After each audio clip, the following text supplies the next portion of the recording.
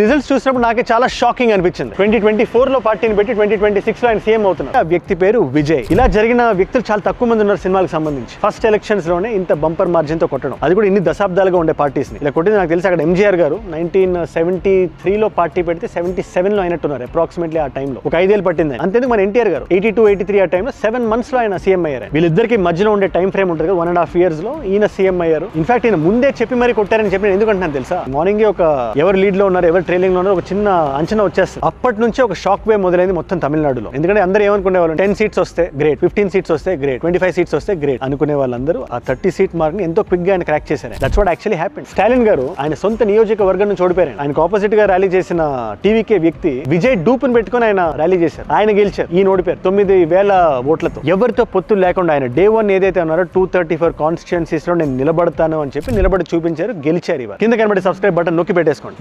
Done.